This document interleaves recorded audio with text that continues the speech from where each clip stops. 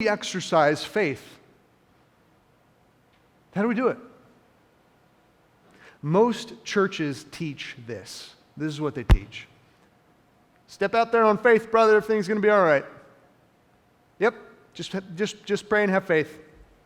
I don't really have any good Bible verses to give you to support the position that I'm holding because I don't really know that much about the Bible, so just pray. You'll be fine on your own if you just pray. Oh, that person doesn't have enough faith. Oh, they're not praying enough. They don't believe hard enough. I want you to understand this in terms of the biblical concept of faith. Faith is not stepping out into thin air. Faith is not stepping out into thin air. Nor is faith relying on something you don't even know. It's not. Faith is believing that what God has said is true. And faith is trusting in Him when you might not know the future. Both of those are sure things. Both of those are real. Both of those are evident. Biblically speaking, Old Testament and New Testament. We have to have a proper understanding and concept of faith, but when we step out into the unknown by relying on the one who knows, that's an example of faith. When we step out into the unknown by relying on the one who knows. Think about it like this analogy. If a man was told to jump out of a damaged airplane and to have faith in his well-being, he would not have faith. Why? Because he would probably doubt greatly, because all that is in between him and this crashing airplane is air. Or between the airplane and the ground is air. And so if this thing's burning in and he knows that it's going to crash and he's going to die in it, and someone says, hey, just jump out of the airplane. Is he going to have faith when he steps to the door and says, man, those engines are on fire, this thing's coming down and the ground's moving really fast? You think he's going to have a lot of faith when he steps out into the void? The answer is no. There's nothing for him to have faith in. Absolutely nothing. However, if a man was told to jump out of the same damaged airplane and then a parachute was thrusted into his arms, and then he was told to have faith in his well-being, he would be able to have faith though the trial be great, though the distance between himself and the ground be great, though his nerves be greatly undone. Why? Because of the reality of the parachute and the faith that he placed in it. However, when we understand that the faith that we can place in our Almighty God is exponentially larger and greater and more magnificent in every possible way than a parachute,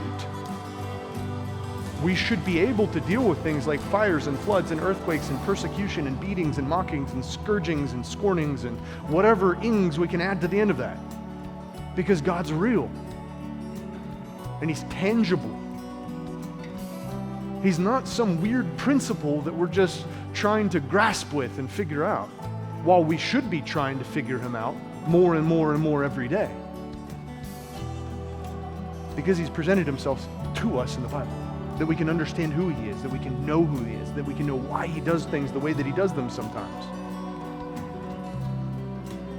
That man in the airplane with the parachute, he had faith because there was a promise of salvation. He must be willing to do it, and he must be willing to pull on the ripcord of that parachute when he steps out. Faith is not blind. We may be blind to the future, but we're not blind to the reality of God, nor the reality of His promises. That would be blind faith. Well, I don't really know God, and I don't really know what He's promised, and I don't really know anything about the Bible, so I'm just going to have faith in God. That's not faith. That's mysticism. We might as well break out a Ouija board and start moving it back and forward to see what lottery numbers you need to go down to the Piggly Wiggly and pick out. That's the amount of faith that people proclaim when they don't know God, they don't read the Bible, and they don't understand biblical principles. You're going to get just as good advice from a Ouija board. Why? Because it's demonic faith. Faith not rooted in God is faith in something aside from God, which is in itself idolatry. Boom. said this before, I'm going to say it again. When we look at the Ten Commandments, they're not just a do and don't list. The Ten Commandments literally are a mirror of who God is and the way that He operates in order for us to see ourselves and hold ourselves in light of who God is. And so any single time that we choose to depart from any one of the commandments of the Ten Commandments, guess what happens? We break commandment 1. Thou shalt have no other gods before me. Because if we say, well, God, you know what? That Mercedes over there looks nice. The keys are in it, and I'm going to drive that bad boy away. Now that we've just stolen it and violated another of His commandments, we have also proven that we violated commandment 1. I am my own God because I'm trying to tell the God of the universe that His laws don't apply to me.